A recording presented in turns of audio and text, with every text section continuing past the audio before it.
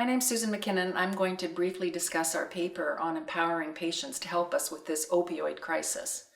We all know we're in the midst of an opioid epidemic. We don't need statistics to tell us that, but I'll give you just a couple of statistics. In 2013, over 30,000 people died of opioid overdose. In 2016, over 64,000. In the 19 and a half years of the Vietnam War, 58,200 people died. This is a big problem. It's multifactorial. We know that we as physicians can work on not overprescribing opioids, but this paper that I'm going to discuss was looking at another way to help combat this big problem, and that's empowering our patients to help get rid of the extra opioids and pain medicines and sedatives that they're not using. We started this by talking to our patients about the problem. And when we did that, we had 11% get rid of unused opioids.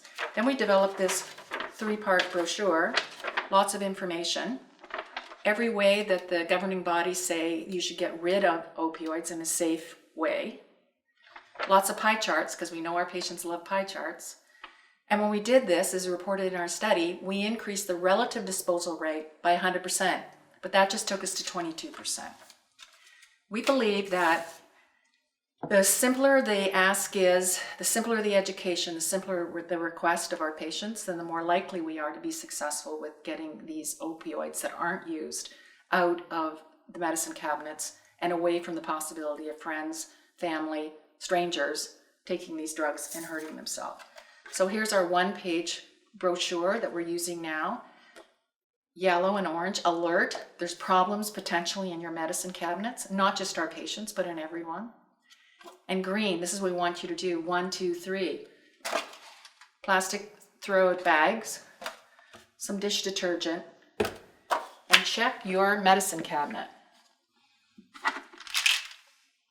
These are some antibiotics that I'm allergic to. That's why they're there. Here's a little Ziploc bag, 3 pills. Don't even know what they are. Left over from something in case we might need it. So, dish detergent. There we go.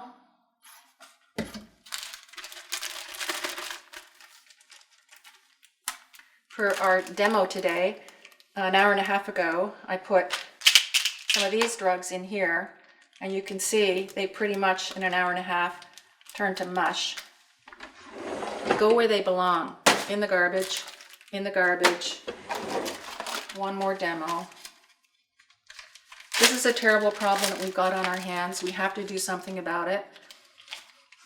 I personally don't want any of my grandchildren overdosing by finding something to experiment with in my cupboard. So this is what we're doing now. We're asking our patients to help us be a part of the problem solving. We're empowering our patients. We're doing it at grassroots. And I would ask you to go to your medicine cabinet, tell your friends, family, and patients, and help us get rid of this problem. Thank you so much.